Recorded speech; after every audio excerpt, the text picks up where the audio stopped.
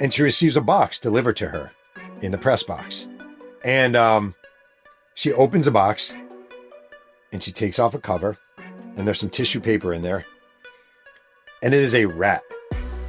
And there's a tag attached to it that said, "My name is Sue." Dave Kingman sent her a live rat in a box, in the press box. The tragic truth about Dave Kingman is that one of baseball's greatest power hitters became known for something far uglier than a strikeout. In 1986, while playing for the Oakland Athletics, Kingman was still a fearsome slugger. He hit 35 home runs that year, a huge number for any player. But something ugly happened that same season too. Something involving a pink box and a live rat sent to a female reporter. We will get to that full story soon. For now, picture a man who could crush a baseball farther than almost anyone else on earth, yet still could not find a team willing to sign him. I am Mason, and this is Baseball Icons. And as we trace how that happened, use the hype feature and give this video some hype so more fans can find this story. Kingman finished his career with 442 home runs. That is an enormous total. Only a small group of hitters in the history of the sport have ever reached that number. Yet after his final season, his phone stopped ringing. No team called. No team offered him a contract. How does a player with that much power become unwanted almost overnight? That is the question this video will answer. We will look at his childhood, his rare gift for hitting a baseball a very long way, his rocky relationships with teammates and reporters, his messy exit from the game, and his rejection from the Hall of Fame. Then we will travel far from the roar of stadiums, out to the quiet mountains near Lake Tahoe, where Kingman built a completely different kind of life for himself and his family. Kingman stood 6 feet 6 inches tall. People called him Kong, King Kong, and Sky King. When he connected with a pitch, the ball did not just clear the fence. It disappeared into an upper deck, or bounced off a rooftop across the street, or landed on a porch blocks away from the stadium. Fans in San Francisco, New York, Chicago, and Oakland all watched him do things with a bat that few players could ever match. But raw power was never the whole story. Kingman struck out constantly. He struggled to reach base at a steady rate. His glove caused problems everywhere he played it, whether at third base, first base, or the outfield. He argued with reporters. He clashed with teammates and managers. He moved from team to team more often than most stars ever do. And in 1986, his anger toward one reporter turned into a moment that baseball has never forgotten. So this is not simply a story about a slugger. It is a story about a rare gift wrapped inside a difficult man. It is a story about how talent alone is never enough to build a lasting legacy.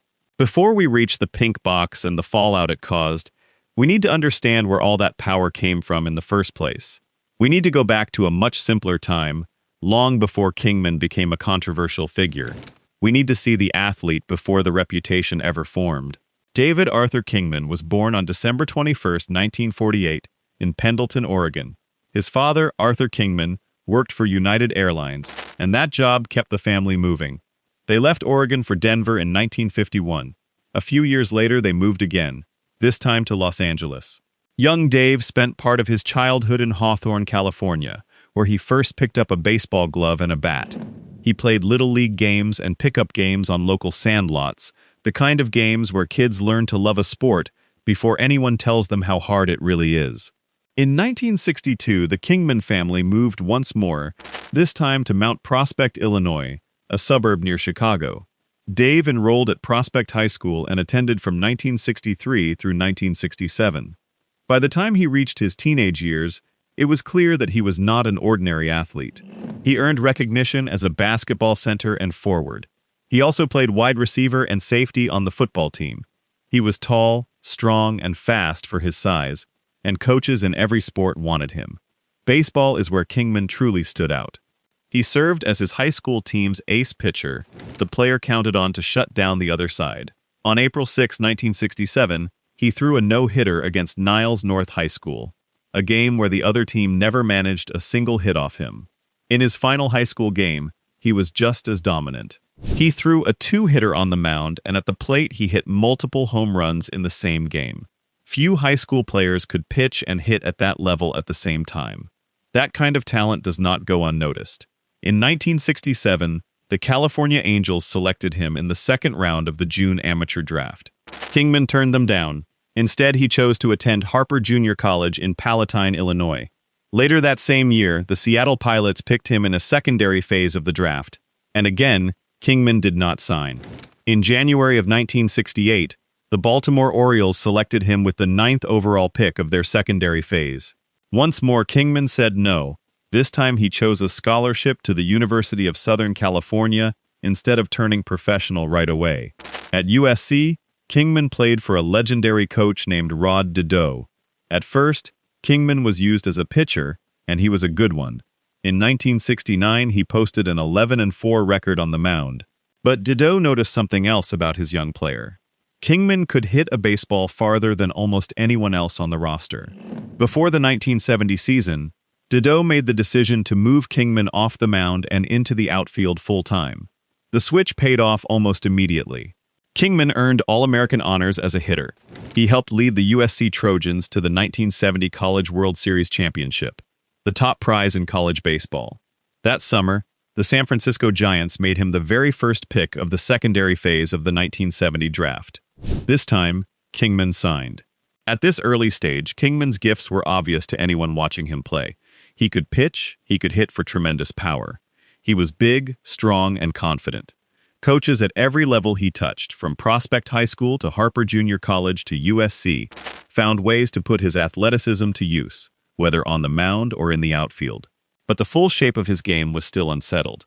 Nobody yet knew whether his bat alone would be enough to carry him, or whether his other weaknesses would eventually catch up with him. Professional baseball was about to find out, and it would not take long to see both sides of Dave Kingman at once. Dave Kingman made his major league debut on July 30th, 1971, wearing a San Francisco Giants uniform. He did not step in as a hitter that day. Instead, he entered the game as a pinch runner for Willie McCovey, one of the greatest sluggers in Giants history. It was a small moment, but it marked the beginning of a career that would produce plenty of noise of its own. Once he settled into the lineup, Kingman began showing flashes of a rare kind of talent. On April 16, 1972, he hit for the cycle against the Houston Astros, meaning he collected a single, a double, a triple, and a home run all in the same game. That is a difficult feat for any hitter to pull off.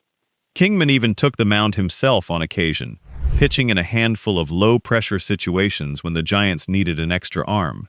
It seemed, for a while, like he might do almost anything on a baseball field. But the same pattern that would follow Kingman for the rest of his career started showing up early. His defense at third base was shaky. Ground balls that should have been routine sometimes turned into errors. His strikeout totals climbed higher and higher, inning after inning, season after season. Pitchers learned that if they could keep the ball away from his bat's sweet spot, they could get him to swing through pitch after pitch. By 1974, the Giants had seen enough.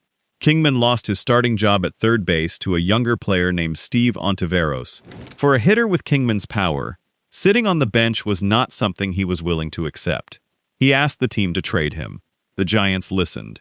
In February of 1975, they sold Kingman's contract to the New York Mets for $150,000. It was not a blockbuster trade filled with star players changing places. It was closer to a business transaction, a team quietly moving on from a talented but complicated player.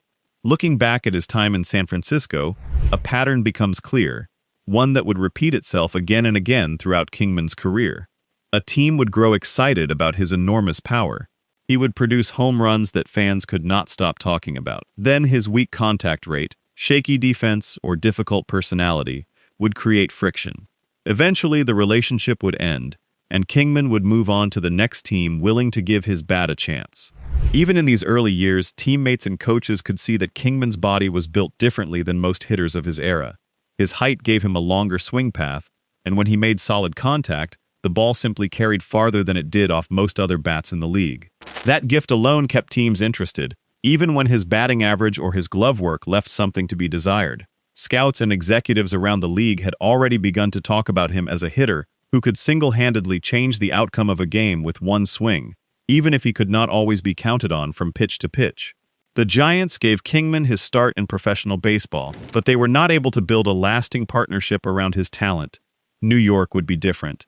In New York, Kingman would finally get a larger stage, a bigger spotlight, and a real opportunity to turn his enormous power into true stardom.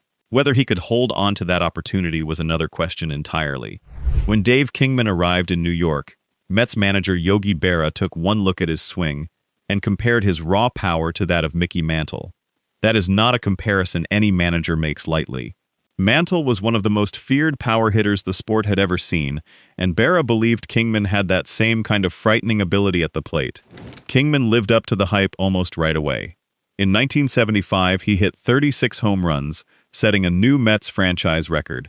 Fans in New York had never seen a Met hit the ball that far, that often.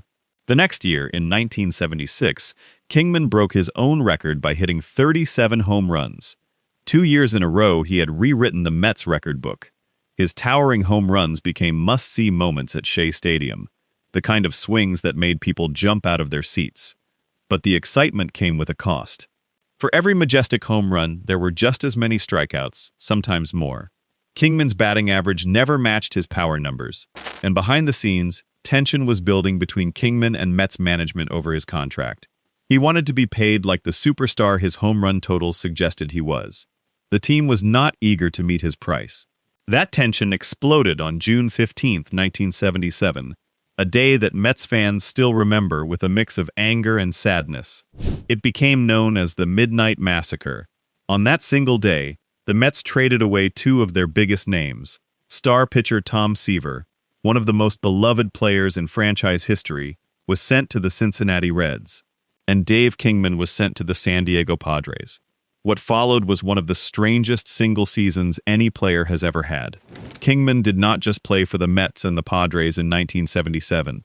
He also passed through the California Angels and finally the New York Yankees, all in the same year. 4 different teams, 4 different uniforms, and here is the truly remarkable part. Those 4 teams represented all 4 divisions that existed in Major League Baseball at the time: the National League East, the National League West, the American League West, and the American League East. Kingman is described as the only player in baseball history to hit a home run for 4 different divisions in a single season. His final stop of that wild season was the briefest of all. Kingman spent just 8 games with the Yankees. In those 8 games, he wasted no time making an impression, homering in each of his first 3 games in pinstripes. Because he was on the roster during that stretch, Kingman even received a World Series ring connected to the Yankees' championship that year. It is important not to overstate what that ring really means. He was barely there. 8 games is a tiny fraction of a full season, and Kingman was not a central figure in that championship run. The ring is more of a footnote to a bizarre year than proof that he helped carry a team to a title. Taken together, the 1977 season tells us something important about Dave Kingman's strange value around the league. Team after team wanted his bat. Nobody wanted to keep him for very long. He was viewed as a short-term power boost, not a foundation to build a roster around. That reputation would follow him into his next stop, a place where fans adored him more than almost anywhere else he ever played. Think about what it must have felt like for Kingman himself. Packing his bags 4 separate times in a single summer, learning new teammates, new coaches, and new clubhouses over and over again. Most players spend an entire career hoping for the kind of stability that Kingman burned through in just a few months. Yet through all that upheaval, his bat never really slowed down. Wherever he landed, pitchers still had to respect his power, and fans still turned their heads whenever he stepped into the batter's box. That, more than anything, is what kept teams calling his name, even after they had already decided they did not want to keep him around for the long haul. That next stop was Chicago, and the contract waiting for him there gave Kingman his best chance yet to settle down, put together a complete season, and turn his rare gift into a lasting piece of his legacy. In 1978, Dave Kingman signed a 5-year contract with the Chicago Cubs worth $1.4 million. For a power hitter like Kingman, there may not have been a better home ballpark in all of baseball than Wrigley Field. Wrigley was known for its friendly hitting conditions, especially when the wind blew out toward the outfield. Cubs fans, hungry for a slugger who could put on a show, quickly took to Kingman and his towering swings. One of the most memorable days of his career came on Mother's Day, May 14, 1978, against the Los Angeles Dodgers. Kingman hit 3 home runs that afternoon and drove in 8 runs. His bat tied the game in the bottom of the 9th inning, sending the crowd into a frenzy. Then, deep into extra innings, he won the game outright with another home run in the 15th inning. It was one of the single greatest individual performances Wrigley Field had ever witnessed. After the game, a reporter asked Dodgers manager Tommy Lasorda for his opinion of Kingman's performance.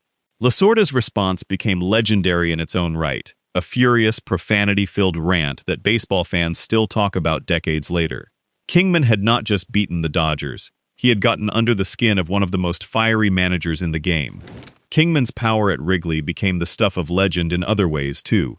On April 14, 1976, while still playing for the Mets, he hit a home run that cleared Waveland Avenue entirely and landed on the porch of the third house down on Kenmore Avenue. People who saw it happen could hardly believe their eyes. Contemporary reports estimated the ball traveled as far as 630 feet, an almost unthinkable distance. Longtime broadcaster Jack Brickhouse later offered a more measured view. He pointed out that a 35-mile-per-hour wind had helped push the ball that day, and he estimated its true distance was closer to 500 feet. Even by that more modest estimate, it remains one of the longest home runs anyone has ever hit at that ballpark. On the field, 1979 turned out to be the finest all-around season of Kingman's career.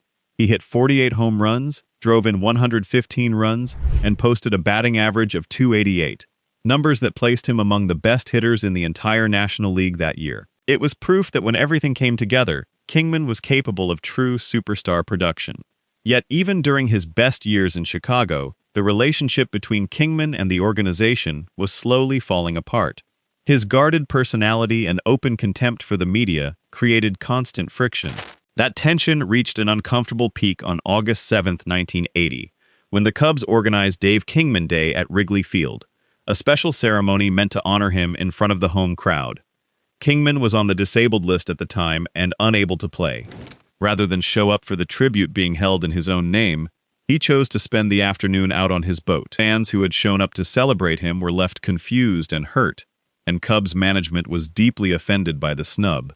Years later, a writer named Mark Madden shared a story about meeting Kingman while wearing a Cubs jersey.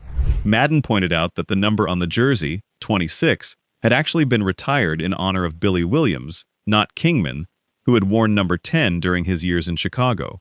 Kingman stared back coldly and said that he had never been anybody's favorite player. After an uncomfortable pause, he agreed to sign the baseball anyway.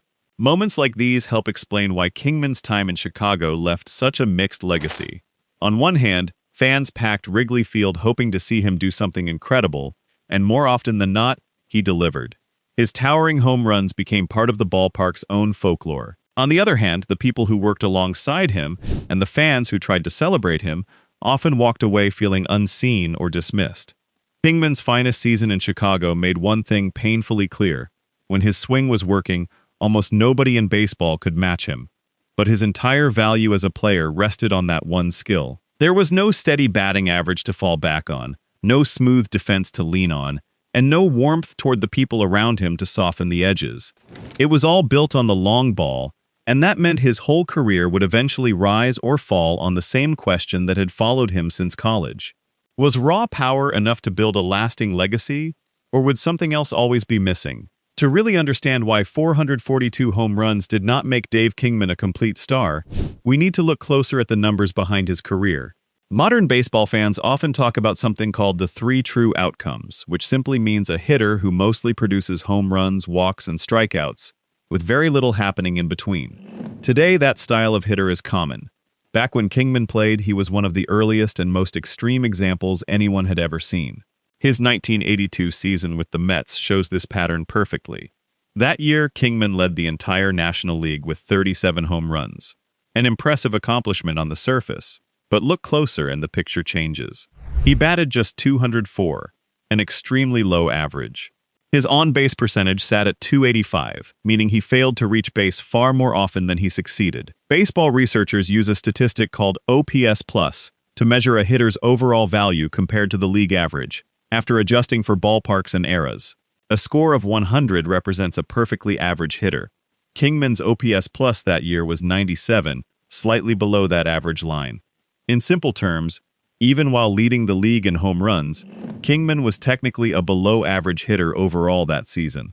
Research on his career states that he stands as the only player in Major League history to lead a league in home runs while posting a below-average adjusted OPS. His defense did not help matters. Across his career, Kingman struggled at first base, at third base, and in the outfield. He was not a smooth fielder anywhere teams tried to put him.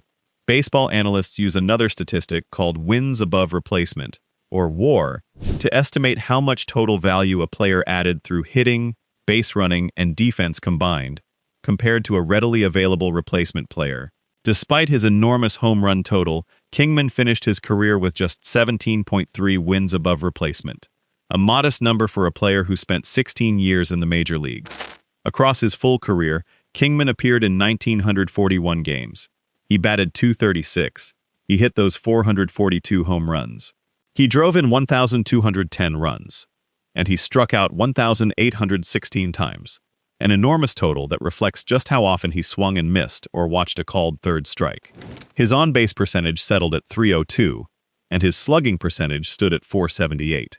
Put together, his career OPS plus finished at 115. That final number deserves a moment of fairness. A career OPS plus of 115 still places Kingman's overall hitting above the league average once every season is combined together. What happened between Kingman and the people who covered him would prove to be a much deeper and more troubling issue. Long before the incident that would define his public reputation, Dave Kingman had already built a troubled history with sports reporters. In 1980, he dumped a bucket of ice water on Daily Herald reporter Don Friska, catching him completely off guard. Kingman was also reported to have poured a beer down the back of a female television crew member, a cruel and humiliating act aimed at someone simply doing her job. He made no secret of his feelings about women covering baseball at all, openly opposing the idea of female reporters entering major league locker rooms, spaces that had traditionally been reserved for men. That hostility found its most infamous target in Susan Fornoff, a pioneering sports writer who covered the Oakland Athletics for the Sacramento Bee. According to the research behind this story, Kingman had reportedly harassed Fornoff for more than a year, simply because of her presence around the team. On June 23, 1986, that harassment reached a shocking new level. The Athletics were playing a game against the Kansas City Royals when a pink box addressed to Fornoff arrived at the press box. Nobody expected what was waiting inside. When Fornoff opened it, she found a live rat, about 6 inches long, with a small note tied to its tail. Sources differ on the exact wording of that note. Some say it read, "My name is Susan," others say it read, "My name is Sue." Either way, the message was clearly meant to target her directly. Fornoff did not panic and did not give Kingman the reaction he seemed to want. She stayed calm, picked up the rat, and handed it over to a security guard. She even suggested that the guard's young son might like to keep the rat as a pet, and she gave it a name of her own, calling it Kong, the same nickname fans had given Kingman himself. It was a quiet, clever way of turning the moment back around on him. The story did not end there. Later, inside the locker room, Kingman threw a box of tissues in Fornoff's direction and mocked the idea that she might cry over what had happened.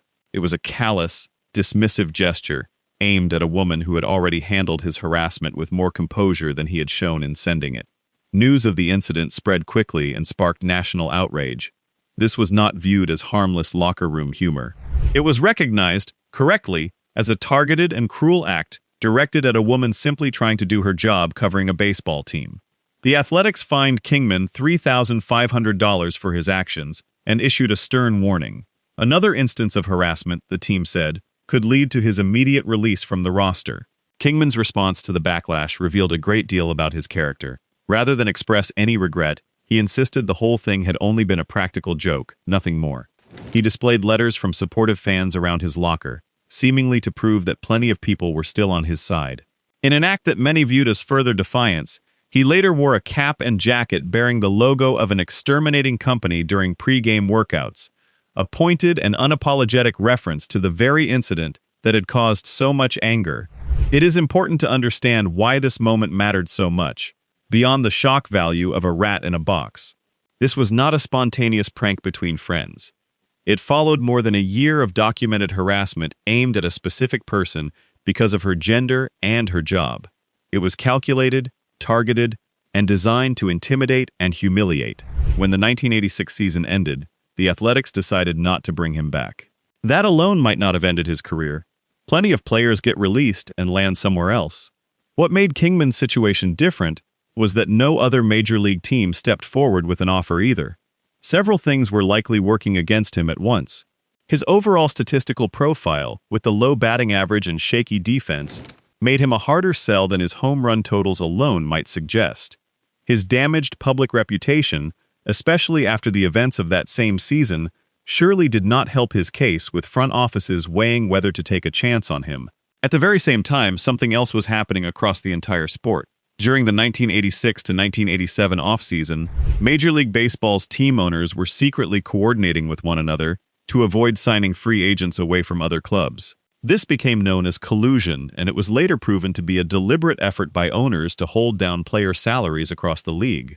Many free agents that offseason found a strangely quiet market, with teams that once might have pursued them suddenly showing no interest at all. Refusing to give up entirely, Kingman signed a minor league contract with the San Francisco Giants, the team that had originally drafted him, in July of 1987.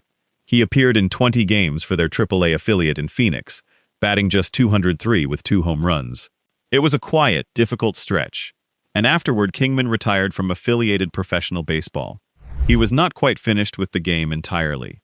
In 1989, he returned to the field with the West Palm Beach Tropics, part of a new league called the Senior Professional Baseball Association, designed for players over the age of 35.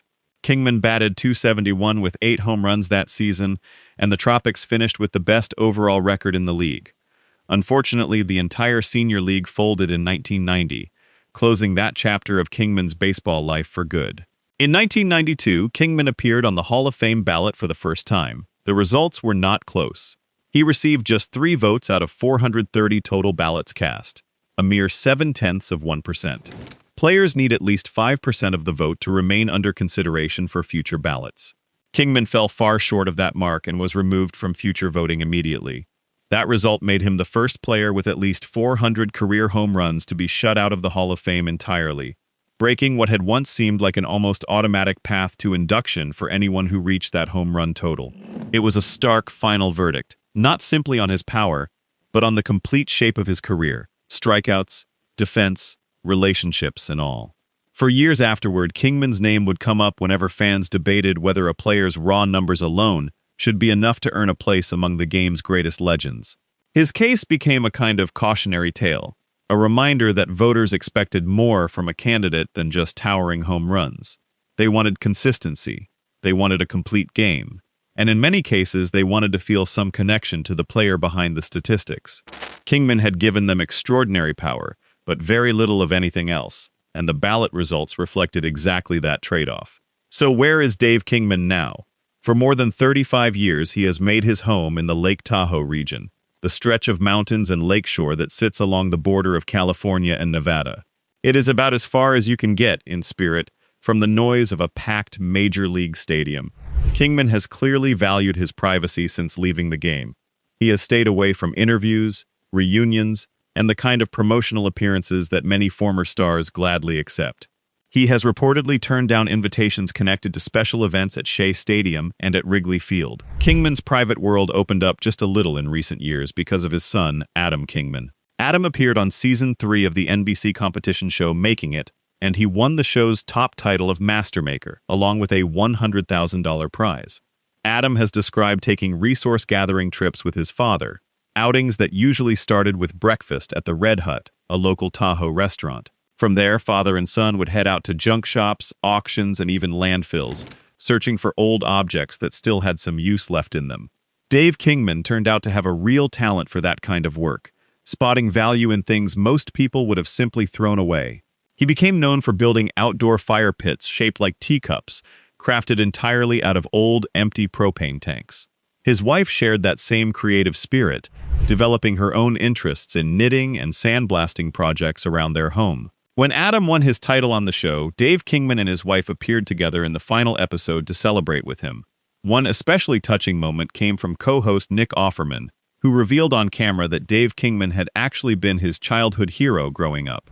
Adam later explained that because he had been too young to ever watch his father play in the major leagues, seeing Offerman's genuine excitement helped him finally understand just how much excitement his father's power once created for baseball fans everywhere. Dave Kingman's career was weakened by constant strikeouts, limited overall value, broken relationships, and his own difficult conduct along the way. Those problems are real, and they explain why the Hall of Fame closed its doors to him. But his power remains impossible to dismiss. Few players in baseball history have ever hit a ball as far, as often, or with as much raw force as Dave Kingman once did. Modern baseball today, filled with hitters who trade batting average for home runs and walks, now makes his style look far more familiar than it once seemed. His quiet life near Lake Tahoe feels like a fitting, well-earned match for a man who always seemed happier on a fishing boat than standing in a bright spotlight. His family's creativity gives his later years a warm, unexpected final chapter. Whatever else is true about his career, fans can still close their eyes and picture that swing, and the ball disappearing beyond the outfield wall.